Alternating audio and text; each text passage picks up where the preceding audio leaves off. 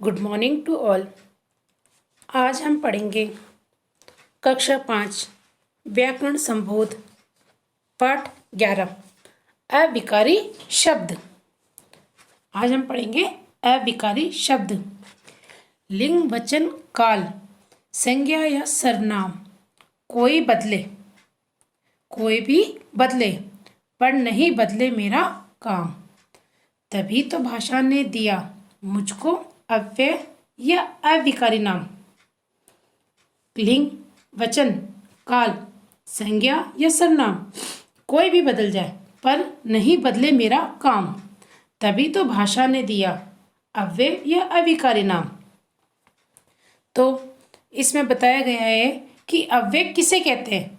अव्यय क्या है कि कुछ भी बदल जाए, लिंग बदल जाए, वाक्य का लिंग बदल जाए, वचन बदल जाए, काल बदल जाए या संज्ञा या सर्वनाम कोई भी बदल जाए, लेकिन उसका असर जिन शब्दों पे नहीं पड़ता है, जिन शब्दों पे नहीं पड़ता है उन्हें अव्यय या अविकारी शब्द कहा जाता है। तो इस पाठ में हम अव्यय या अविकारी शब्द के बारे में पढ़ेंगे।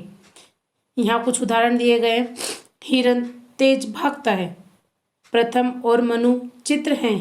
शरबत के अंदर बर्फ है। वाह मजा आ गया। तो ऊपर दिए गए वाक्यों में कुछ शब्द रंगीन शब्द छपे हुए हैं।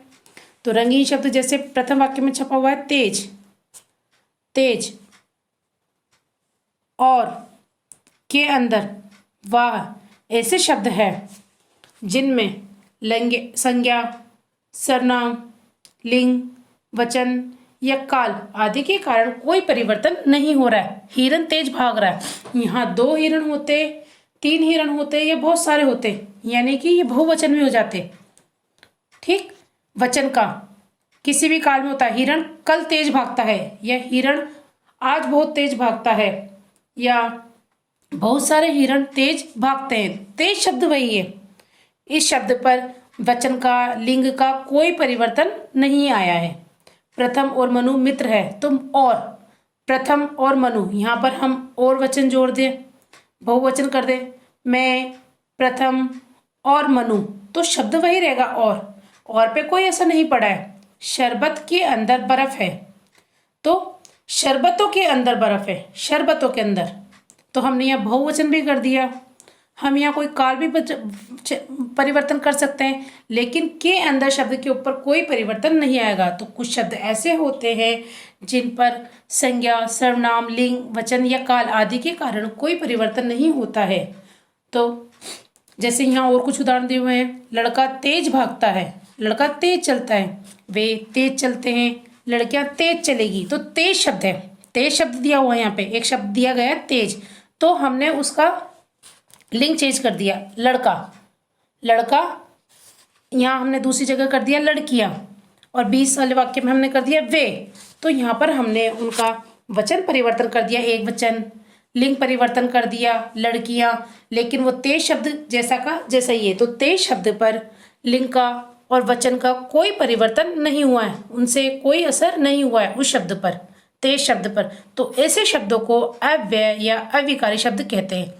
तो वे शब्द जिनमें संज्ञा, सर्वनाम, लिंग, वचन, काल आदि के कारण कोई विकार या परिवर्तन नहीं होता है, उन्हें अविकारी शब्द कहा जाता है। तो अविकारी शब्द किसे कहते हैं?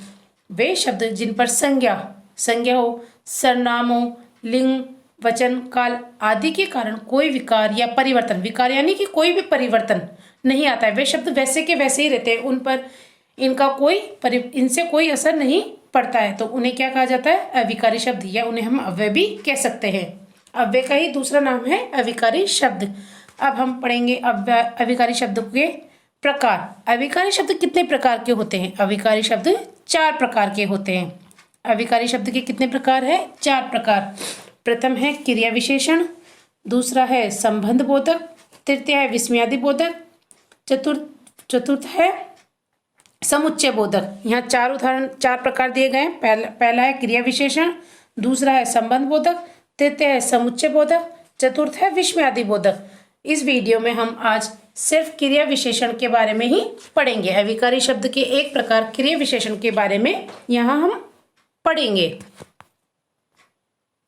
क्रिया विशेषण ध्यान से देखिए, यहाँ पर एक चित्र दिया गया है, उसमें एक परिवार है जो बैठ के टीवी देख रहा है। तो टेलीविजन पर इस समय अशोक धारावाहिक आ रहा है, एक सीरियल आ रहा है, अशोक धारावाहिक आ रहा है। किस समय? इस समय सभी यहाँ धारावाहिक देखने के लिए बैठे हैं, यहाँ बैठे हैं, सभी बैठे हैं। यहाँ पर बच्चे ध्यान पूर्वक धारावाहिक देख रहे हैं। मम्मी पापा बच्चों को थोड़ा बहुत बता रहे हैं। तो यहाँ कुछ शब्द, रंगीन शब्द छपे हुए हैं जो किसी न किसी रूप में क्रिया की विशेषता बता रहे हैं, क्रिया के बारे में बता रहे हैं कि किस समय आ रहा है धारावाहिक, किस समय आ रहा है किस समय, क्रिया का बता रहा है, आ रहा है किस समय आ रहा है। क्रिया से अगर हम प्रश्न करते हैं क्या, कब, कैसे, तो हमें इनके जवाब मिलेंगे। क्या, क्या देख रहे थे वे लोग? सीरियल देख रहे थे, लेकिन किस समय देख रहे थे? इस समय देख रहे थे। कहाँ देख रहे थे? यहाँ देख रहे थे। कैसे देख रहे थे? ध्यान पूर्वक देख रहे थे। मम्मी पापा कैसे बता रहे थे? थोड़ा बहुत बता रहे थे। तो वाक्यों में छपे रंगीन शब्द किसी न किसी रूप में क्रिया की विशेषता बता रहे हैं। तो जैसे इस समय, इस शब्द का काल बता रहा है। काल, किस समय देख रहे हैं? इस समय। तो काल यानी कि समय के बारे में पता चल रहा है कि इस समय बता रहे हैं। यहाँ तो क्रिया के होने का स्थान पता चल रहा है, स्थान के बारे में पता चल रहा है कि कहाँ देख रहे हैं, यहाँ देख रहे हैं। कैसे देख रहे हैं? ध्यान पूर्वक देख रहे हैं। तथा कितना देख रहे हैं, मात्रा पता चल रही है कि थोड़ा बहुत देख रहे हैं। तो परिणाम का पता चल रहा है।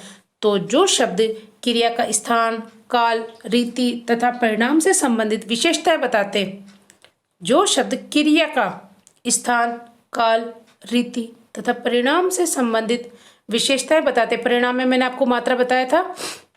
तो जो शब्द क्रिया के स्थान, काल, रीति तथा परिणाम से संबंधित विशेषताएं बताएं, इनकी विशेषताएं बताएं, उन्हें क्रिया विशेषण कहते हैं। अब विशेषण कितने प्रकार के होते हैं? काल विशेषण, काल विशेषण, क्रिया विशेषण, सॉरी क्रिया विशेषण।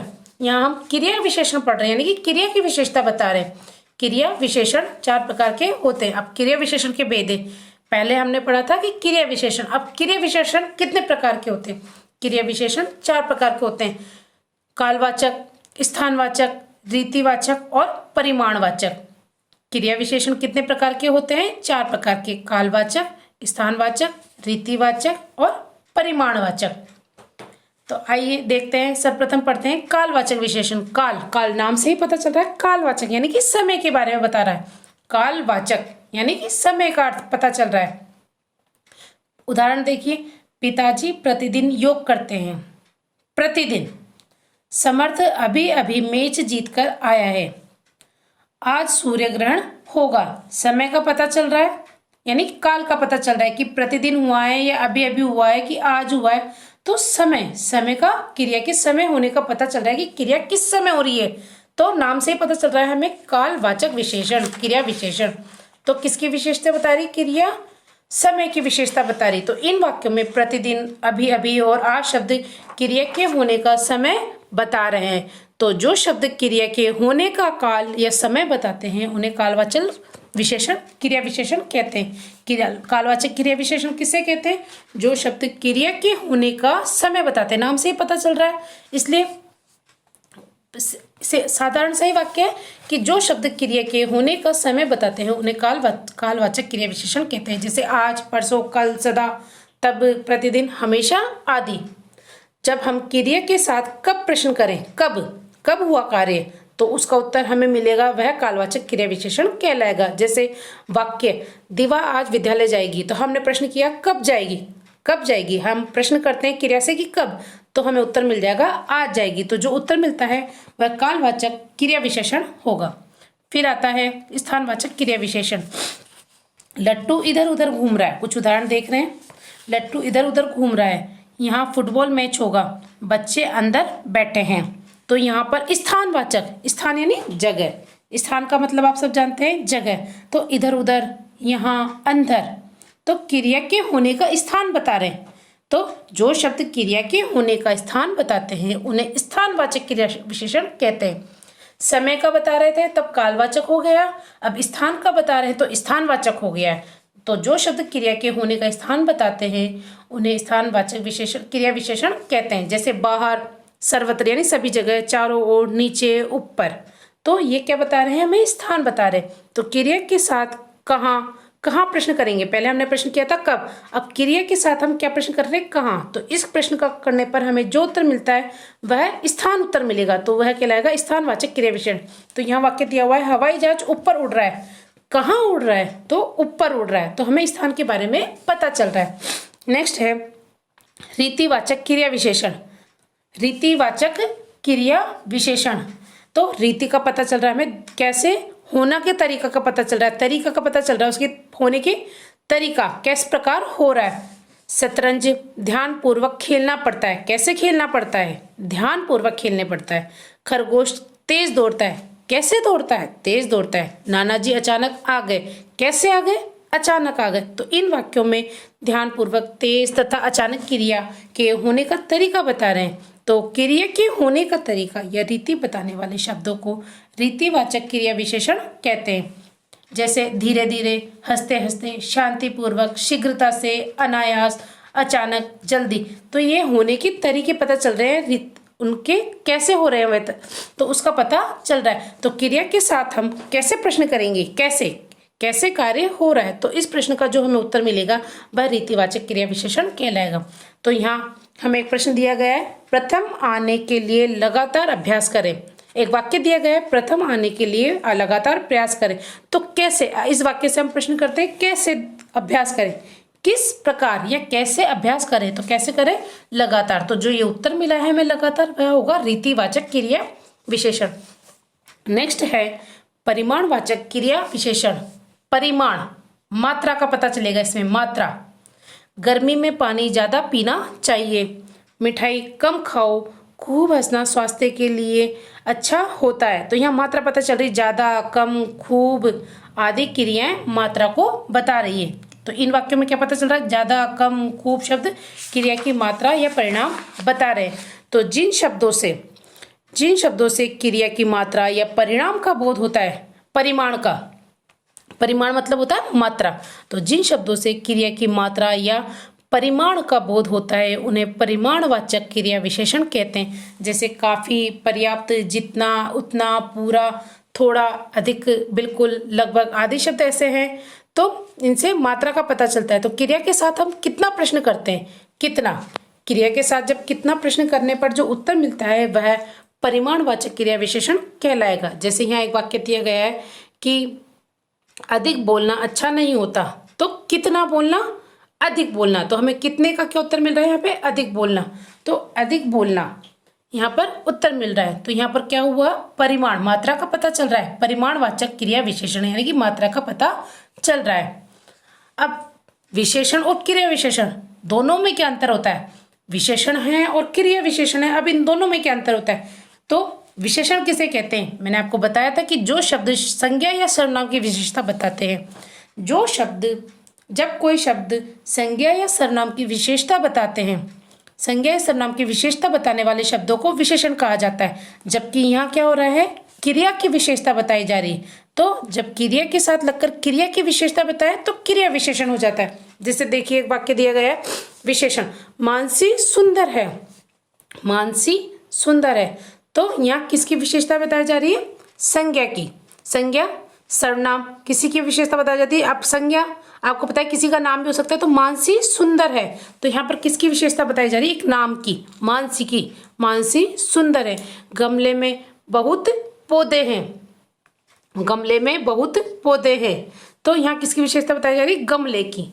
अब क्रिया विशेषण देखिए, मानसी सुंदर लिखती है, मानसी सुंदर है पहले, तो इसमें तो विशेषण ही हो गया कि मानसी सुंदर है। यहाँ पे मानसी की विशेषता पता चल रही थी कि मानसी सुंदर है, लेकिन अब क्रिया की देखिए, मानसी सुंदर लिखती है, तो अब वो लिखने की क्रिया कर रही है, कार्य कर रही है, वो उसकी विशेषता हो रही है। मानसी की विशेषता नहीं हो रही है, यहाँ पे लिखने की विशेषता हो रही है कि वह लिख रही है। तो कैसा लिख रही है? वह सुंदर लिख रही है। राधा बहुत बोलती है, राधा बोलती है ठीक है, लेकिन राधा बहुत बोलती, तो कैसा बोलती है? क्रिया कर रही है बोलने की, तो क्रिया की विशेषता बता रही है यहाँ पे कि बहुत बोलती है, तो राधा बहुत बोलती है, तो यहाँ क्या हो गया? क्रिया विशेषण। तो क्रिया विशेषण के भेद याद रखने के लिए एक सूत्र भी है, क, कई, की, याद रखें। जैसे कब प्रश्न करा तो कालवाचक का उत्तर मिलेगा हमें। हमने कैसे प्रश्न करा कि कैसे, तो रीतिवाचक क्रिया विशेषण मिलेगा।